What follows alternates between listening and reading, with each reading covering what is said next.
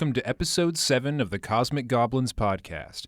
I'm your host, Alex Wolfgang, and it's almost Halloween. We like to keep things creepy year-round around here, but we thought we'd feature something this week that's especially fitting for the holiday.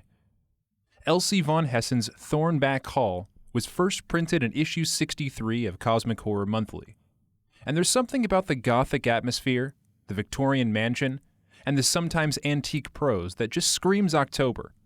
It also stays nice and weird. Today we're also once again featuring the voice talents of Jennifer Witcher to narrate the tale. Let's get started. Cosmic Goblins presents Thornback Hall by L.C. von Hessen.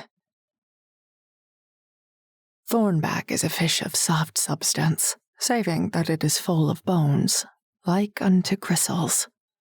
This fish also is thought unwholesome, if it be eaten hot, and to dispose a man to the falling evil, which noisome quality, as I think, doth rise thereby, for that it is so moist a fish and full of superfluity. Thomas Cogan, Haven of Health. Superfluity. An excessive flow, as of a bodily humor, to be treated via bloodletting, diuretics, emetics, purgatives. Then somewhere through the centuries it came to mean an excess of anything, redundance, unnecessity, a frivolity to be shorn off. Miss Tritt thinks quite a lot about language and words, for she works as a copy editor at an academic publishing house. Much of the work is quite dry. Most of the company's clients are scientists, lawyers, and engineers, which also means they assume they know best in all things. Today, for instance, she has done a goodly amount of private grumbling regarding a certain Dr. Dunscap, Esquire. It was customary for her office's bibliographies to replace 5 or more page numbers under the same citation with the word passum, indicating ubiquity throughout the text. Yet this eminent fellow saw fit to eschew passum in favor of listing dozens upon dozens of page numbers for a single precious citation which appeared on nearly every page of his 400-page treatise, resulting in 4 full pages of bibliography that were merely blocks of numbers and utterly superfluous. I am not going along with this nonsense, thinks Miss Tritt. Her slender fingers hammer on the keys, pads and palms marred with red ink. Not long afterward, she apprehends a coworker, Mr. Jared Lipscomb, her junior in the same position. "These citations aren't alphabetized," she says. "Could you redo this?" Mr. Lipscomb squints in confusion. "But they are." "How?" She extends a page, his error circled in red. "Oh, see, I put part and rule above the section symbol because P and R come before S." Fresh from the lavatory sink, his fingers glisten obscenely, like earthworms. "But we are using the section symbol here," says Miss Tritt, "and not writing out the word section. If we included a hash mark, would you place it under H? Or perhaps N for number?" Mr. Lipscomb thrusts his wet hands into his trouser pockets like a petulant schoolboy. "Ah, shucksing. Well, I suppose, if you put it that way." Miss Tritt returns to her desk. She drums her nails on the burnished wood and sighs like the devil. The scene in question takes place on a middle floor of an office building cramped among similar buildings in the machine-lubricated heart of the city. Identical desks are partitioned off by boards only just tall enough to provide a simulacrum of privacy. At one of these desks, one shy of the northwestern corner and within listening distance of the lavatory, sits Miss Agatha Tritt. A tall, slim woman, the contours of her skull have grown more prominent and dramatic through age, with a sharp, smallish chin and a slight aquiline turn to her nose that she privately thought looked regal. She used never to leave the house without a full face of makeup, although nowadays she rarely bothers. She wears spectacles for myopia, and the slight tension of muscle in her cheeks to hold them in place tightens up her face a bit. They partly dull the liquid intensity of her vivid brown-black eyes. She keeps a handkerchief on hand to wipe away fine streaks of eyelash grease across the lenses. And those hands are small and pale. A child's hands, ringless. Years spent in dark or windowless rooms have left her well preserved, like a cheese. She might have been called sylph-like or willowy had she been a vacant-eyed 15-year-old. But as she was merely skinny. Despite the schoolmarm strictness evoked by her name, the habitual bun in which she ties her dark hair is not skin-stretchingly tight, but loose enough to conceal her ears, about which she has felt self-conscious ever since a classmate mocked her supposed monkey ears at age 8. Over the years, she has settled into a de facto work uniform, boots up to mid-calf, always with sensible heels, paired with a hemline of knee-length or lower. She favored long sleeves and high necklines, accessorized with a short necklace or brooch which she would toy with at her desk during tense or idle moments. In fact, Miss Tritt has been irritated since this morning, having been delayed clocking in by 15 minutes, necessitating she stay 15 minutes late to make up for the lost time and wages. Each weekday morning, following a rather lengthy train commute, she must rush to the office a long block away from the station to be certain of clocking in on time, and is always a bit winded when she arrives, not being terribly athletic.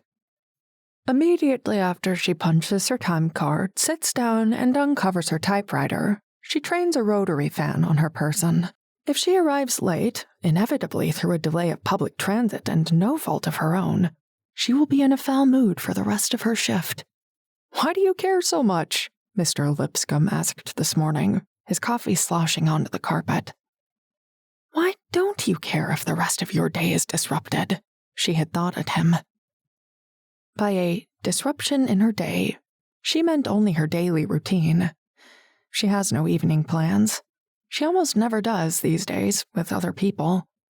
She had university friends, but they were winnowed down over the years by spouses and children, and increased career demands, and exotic events and travels that Miss Tritt could not afford. They rarely wrote or called these days. But then neither did Miss Tritt. And she is unpartnered. Miss Agatha Tritt has not had any sexual relations of any kind since she was 33 years old. The same age, she thinks dourly, as the death of Jesus. She is now pushing 40. Pushing. As though age were a Sisyphean effort and not something that passively happened to one's person, whether or not one saw it as a curse.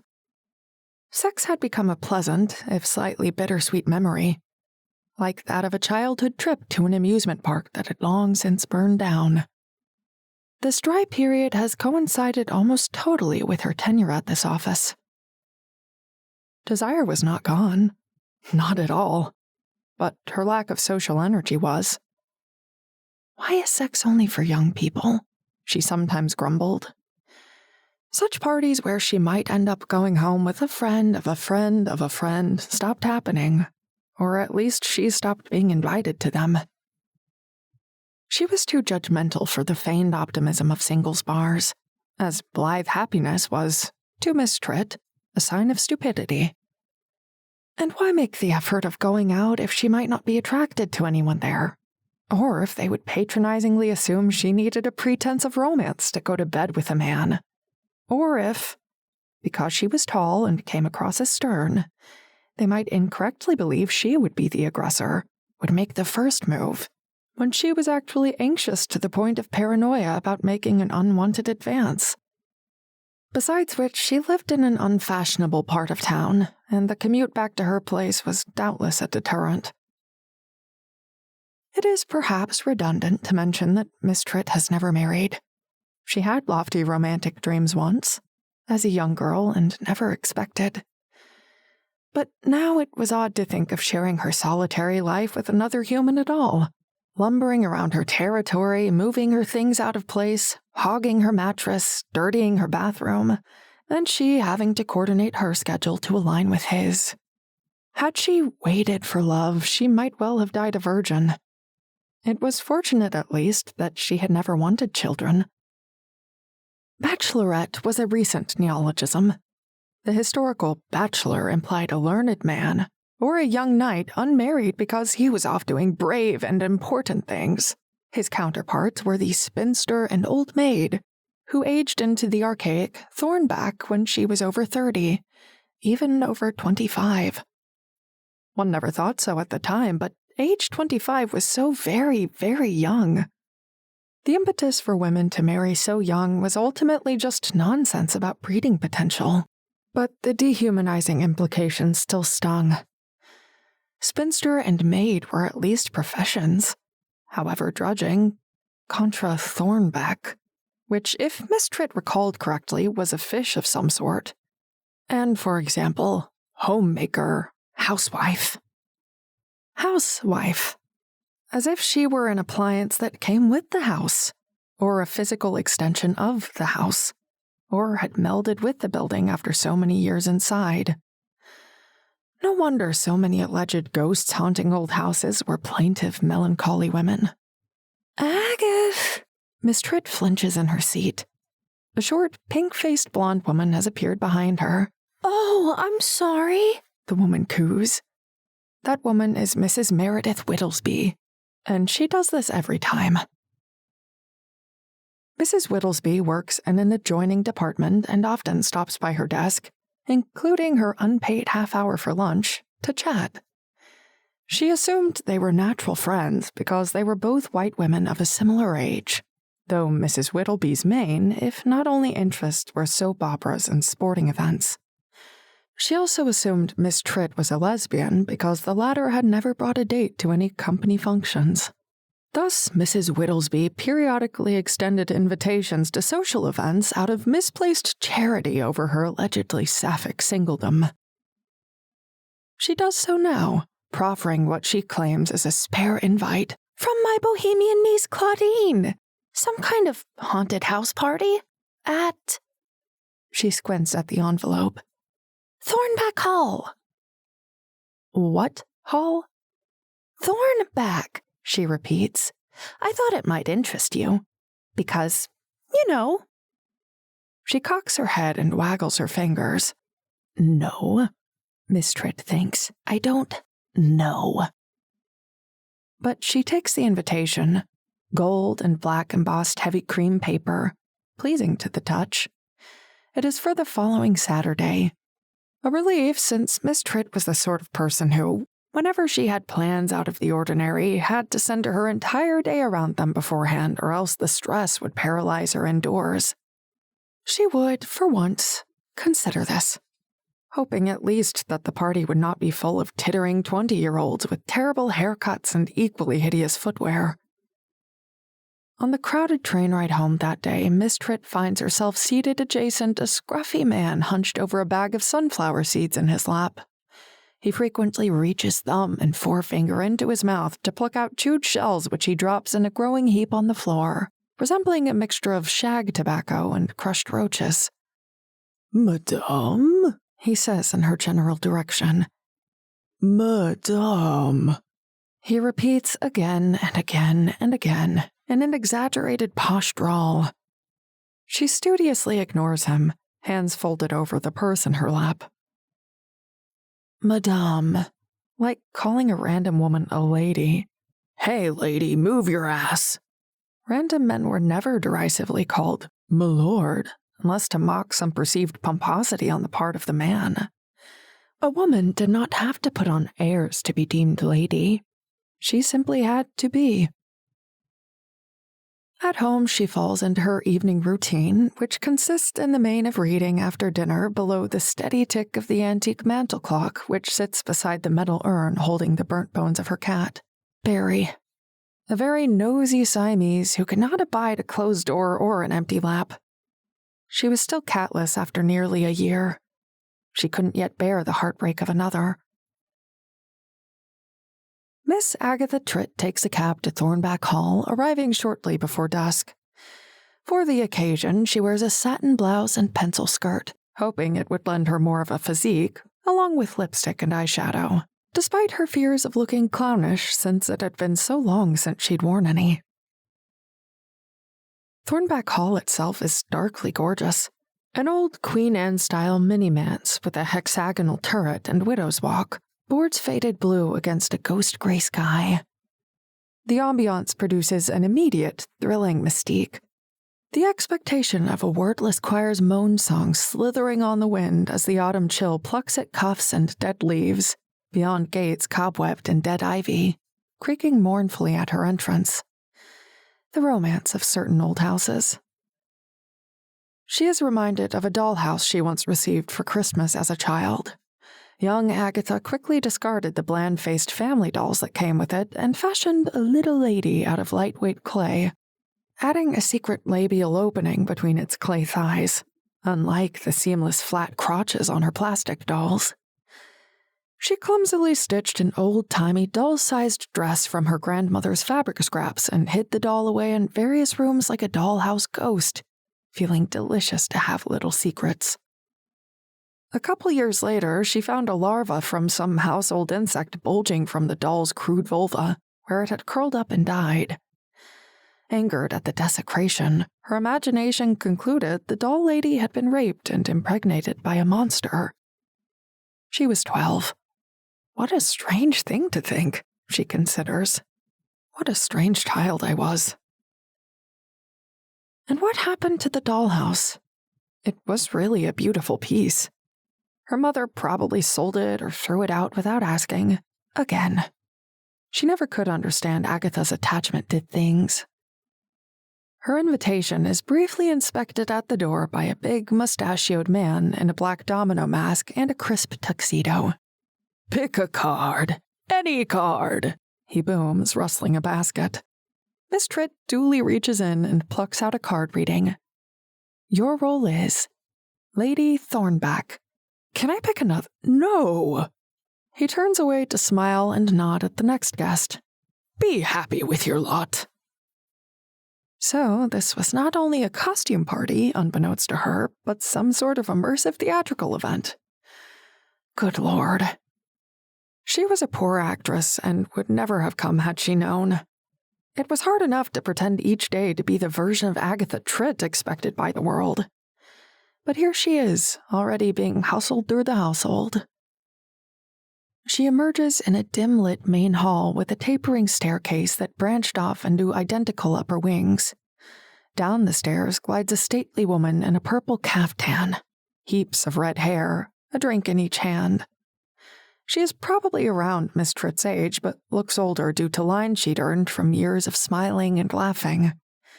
She introduces herself as the hostess, Yocasta Fioretti. Yocasta? Imagine naming a child that. Perhaps her parents were Freudian devotees. At least her classmates probably didn't take notice until her teens. Certainly she wasn't the one called Agatha shit for years. She hands Miss Tritt a flute of pale spirits. "Now where did I meet you?" says Yocasta Fioretti. She presses a finger to her lips. "At Beetlestone." "What? No. My coworker." But Mrs. Whittlesby wasn't there. Nor, as far as Miss Tritt knew, was her bohemian niece Claudine. Not that the two would recognize each other. To her chagrin, she knows nobody. Not that it's easy to tell. Whether due to a lack of electricity or just for effect, the house is illuminated entirely by candlelight, though the creaking chandelier above the staircase hangs unlit. A little setting sun creeps in through fussy stained glass windows in sickly oranges and greens. Decorative potted palms border the walls alongside hanging banners depicting a family crest centered around a diamond? No, she squints. A ray, or skate. She feels underdressed among feathers and sequins and impractical dresses by designers whose names she wouldn't know. Suntans and liver spots, monkey-filled chuckles. She cannot pick out a single human word. Concealed speakers play down-tempo electronic tones of the sort that have no purpose but to buoy along somnambulistic conversations at cocktail parties. The soundtrack to a mellow display of polished crystal rotating in an infomercial. "Now, which role did you get?" asks Yocasta, plucking the card from her hand. "Oh! I didn't realize this was a costume party. Oh, don't worry about costumes. That's for later. The hostess ushers her through the crowd, leading her to a sparse corner. The games will begin soon. Now mingle! She finds herself facing a trim, frankly beautiful man, perhaps a decade her junior, a handsome age for men and around her own height, which was a good height for men. Dark hair just long enough to look raffish. An old-fashioned suit with an ascot and waistcoat, which may have been a costume or simply an eccentric sense of style. He wears no wedding ring. And who are you tonight? He asks in a slight accent. Lady Thornback. She drawls out as sarcastically as possible in the hope he would empathize with her cynicism. And you? A brief flash of surprise gives way to a sly smirk and merry twinkle in his eye. He slowly, dramatically turns over the card in his hand. He is Lord Thornback. Oh my, she giggles behind her palm. Now, it doesn't have to mean we're married. We could be siblings. He cocks his head. Or mother and son. I don't think I like this game, she says, a bit too loudly. There we are, old marrieds already. He clinks his glass against hers and takes a little swig. Was he really flirting with her or merely staying in character? If she were more adept of an actress, she too could freely flirt back, with all the plausible deniability that entailed. That's a lovely piece, he says, indicating the brooch pinned at her clavicle, with which she has begun to fiddle. What is that stone? It's an agate. It represents... Don't say your name. He might think that's corny and out of character. The agony in which I live. She follows this with a wan chuckle. That's quite the elegant badge of earthly torment. Well, one has to be a bit curmudgeonly in my line of work, because I'm constantly correcting the mistakes of people who earn far more money than I do. Agatha, a woman's husky voice hisses in her ear. It's vulgar to talk about money. Do we need to put you in timeout? Excuse me? Yet nothing stands there but the potted palm, its fronds continually brushing her neck and shoulder.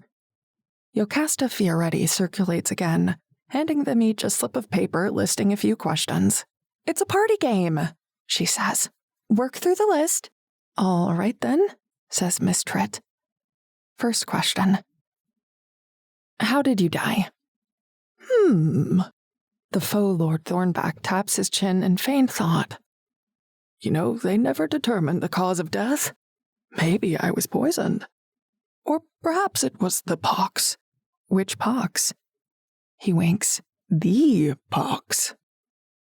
She emits an awkward, nervous giggle, like a girl half her age, cringing internally at herself.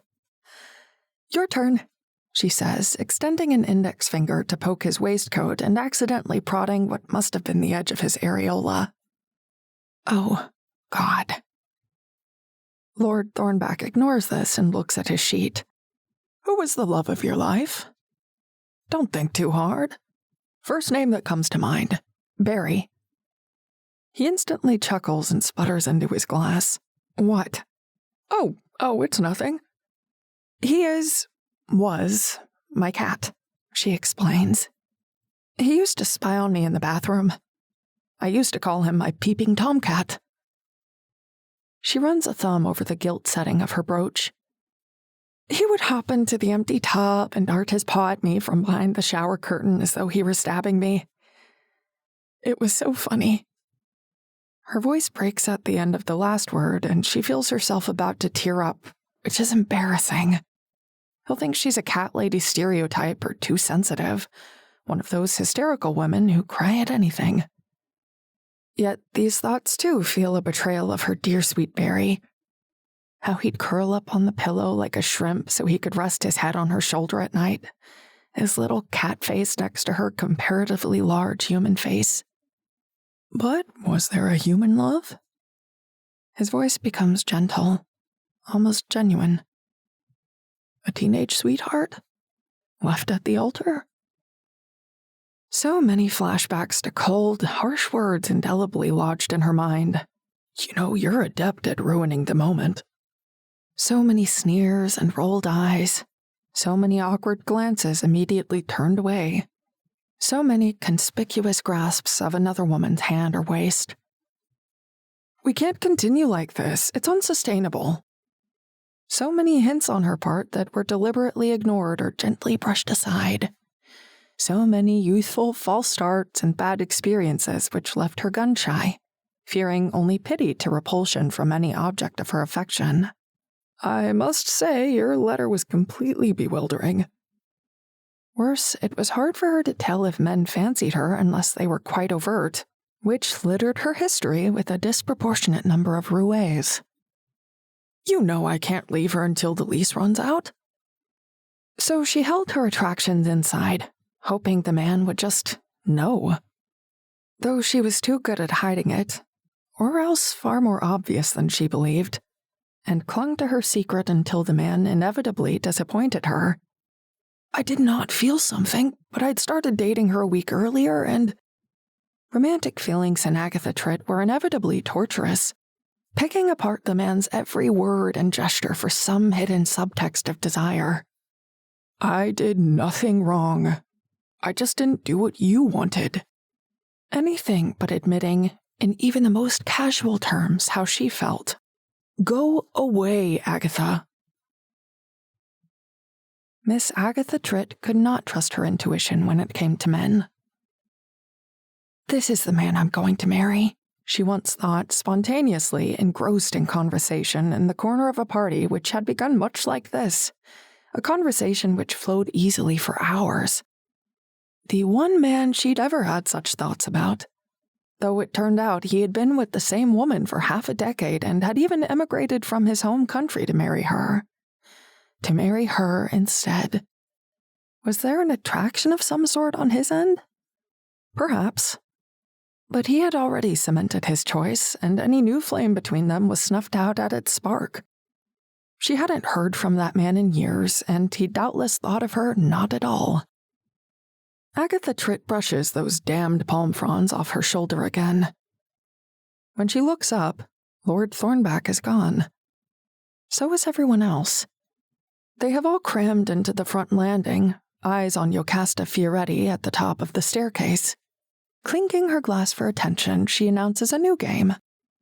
Somebody in this manor is really aware. Something. A ripple of polite laughter. Only they know who they are. Now, can you find them? Agatha Tritt doesn't care to find them. She slips into a darkened back hall to explore the house. She was always more at home alone among things. The first room she explores has been kitted out like an alchemist's workshop. Wooden counters crowded with dusty alembics and taxidermy beneath very old etchings of dissected fish and reptiles. An antique medical treatise has been cracked open for her perusal. Yet the pricks thereof which grow without upon the skin, pulled up by the roots and dried and made in powder, and drunk in white wine or Rhenish wine fasting, is an excellent medicine to avoid gravel and to break the stone. A diamond-shaped canopy looming overhead turns out to be, instead, an enormous preserved ray. Under its beady eyes and wide, quirky smile, some wag has affixed a label denoting Good Wife, Jenny Hanover. Presiding over this room, against the ubiquitous paisley-purple wallpaper resembling diseased sperm, is a painting of a handsome Baroque dandy in a velvet cloak and a gallant's metal breastplate. One hand is casually draped on a stack of books, and the other on his hip, to show off a bulging codpiece. Dark, voluminous locks frame features that are naggingly familiar. A nameplate declares him Bartholomew Lambrick, 4th Marquis of Thornback. A little end table immediately below holds a slim leather-bound volume of verse entitled A Satyr Upon Manhood. Its author is, apparently, the man in the painting. She opens it to a random page, replete with elongated S's. And grasping his mistress's portrait in little, he douses his prick with a dollop of spittle, bereft of her sea and the clasp of her thigh. He aims with his heart, for to spend in her eye. The Marquis of Thornback's knowing, playful stare pierces her through centuries. How easy it was to slide into respectability. Agatha T., Lady Libertine. Those youthful dreams of city life, of parties and shows and plays, of sleeping late with no fixed schedule, of a bright, mad, creative circle, of a new lover every night, or one great love to eclipse them all. When had it all gone so horribly wrong? What happened to that poor devilish girl who only wanted to live? Twin glimmers catch her eye in the shadows behind a velvet curtain. They belong to a face concealed there. And that face belongs to a man. And that man is the same she had spoken with not an hour before. He, Lord Thornback, he has followed her here. She feels an immediate frisson. Should she be afraid? Oh, no, not she. What would it be like to kiss someone again after all this time, let alone anything else? The feel of human skin beyond a chaste handshake. Surely he sees her. Why is he just standing there? She strides towards him, reaches out her hand, and gasps, flinches as he topples over. His wig splays across her shoes. His bent arm falls from its socket, caught in the polyester sleeve of his cheap period costume. His painted mannequin eyes gleam in the candlelight, pointing the way to another room. Agatha steps over the fallen doll into a very narrow dining room with a very narrow table, which brought to mind the children's table at family functions. A large open box sits on top. A woman stands there beside it, staring ahead, as if waiting. As if she had gathered dust from waiting there so long, so many years. Agatha feels instantly, intensely hostile towards the woman, whom she senses is somehow mocking her.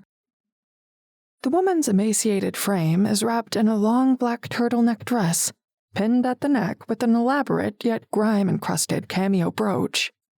Beneath a sloppy Gibson girl bouffant is a nice skeletal face with unflattering dark lipstick and heavy, smeary eyeshadow.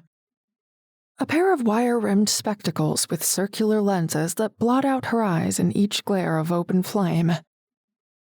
Not so much wrinkles as hairline cracks. An odd, bird-like head bob. One arm folded over her torso, fist clenched under what passed for her left breast. Blood drips lightly, if steadily, at her feet, as though she has suddenly begun menstruating.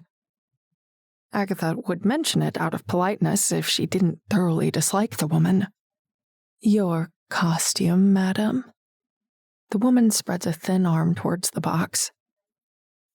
"Who are you tonight?" Her chilly mode of speech is a beat too slow, as if recalling lines are pumped with sedatives. "Lady Thornback, apparently." Agatha avoids meeting the woman's gaze.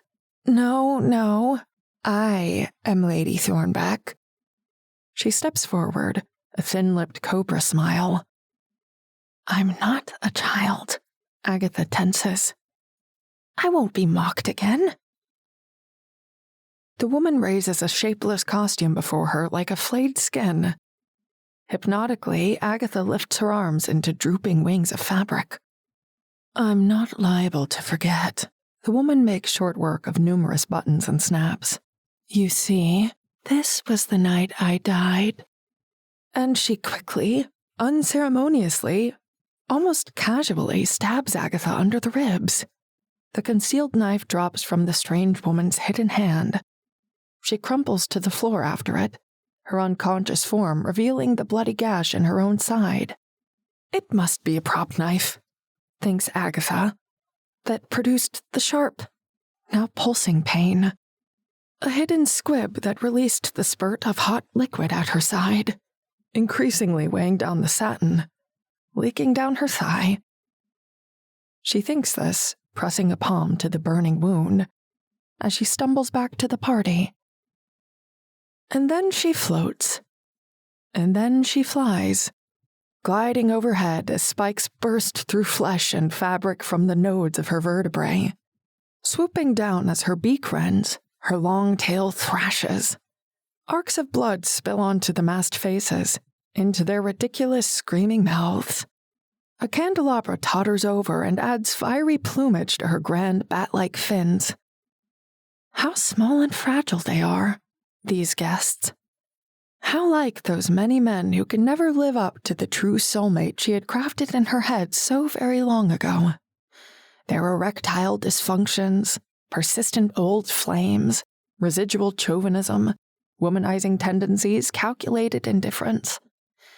If she could scarcely breach the high standards she set for herself, how could any man hope to compare? Any little human man with his little human life and foibles. They were all too human. All these funny little men. How could they ever mean so much? How completely absurd. Why, look how easily their bones crumble as her fangs gnash. Their skins tear away at each swipe of her great claws. How one man's gore in her mandibles tastes no different from any others. At last, she thinks, before cold and fire and madness take hold. This time, I win. L.C. von Hessen, They Them, is a writer of horror, weird fiction, and various unpleasantness, as well as a multidisciplinary artist and performer, noise musician, and former Morbid Anatomy Museum docent. Thornback Hall marks von Hessen's second appearance in Cosmic Horror Monthly following The Carnival is Dead and Gone in 2024's Thomas Ligotti tribute issue. Their story, Transmask of the Red Death, is a 2023 Brave New Weird Award winner, and their debut short story collection, Spiritus Ex Machina, Dark Tales of Creation, was released in 2024 through Grimm Scribe Press. An ex-Midwesterner, von Hessen lives in Brooklyn with a talkative orange cat. Thanks again for joining us for Episode 7 of Cosmic Goblins. If you're enjoying the podcast, please give us a like or a review. Then join us again in 2 weeks for a story from the brand new issue of Goblins and Galaxies. See you next time.